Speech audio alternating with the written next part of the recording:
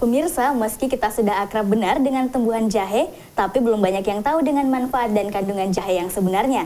Apa saja manfaat dan kandungan jahe? Berikut liputannya untuk Anda.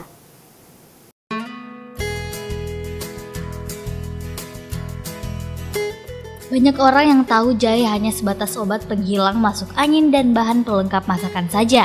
Padahal jahe sebenarnya memiliki banyak khasiat yang dapat menyehatkan tubuh, karena jahe mengandung banyak zat-zat yang baik untuk tubuh.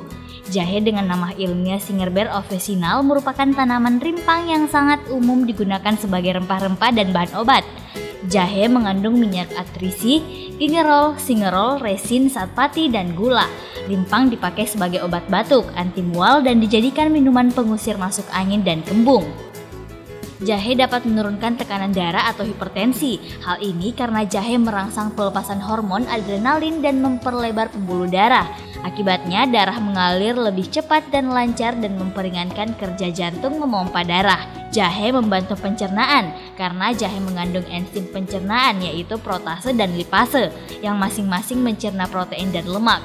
Gingerol pada jahe bersifat antikoagulan yaitu mencegah penggumpalan darah. Jadi mencegah tersumbatnya pembuluh darah, penyebab utama stroke dan serangan jantung. Karena jahe mampu memblok serotonin yaitu senyawa kimia yang dapat menyebabkan perut berkontraksi sehingga timbul rasa mual, termasuk mual akibat mabuk perjalanan.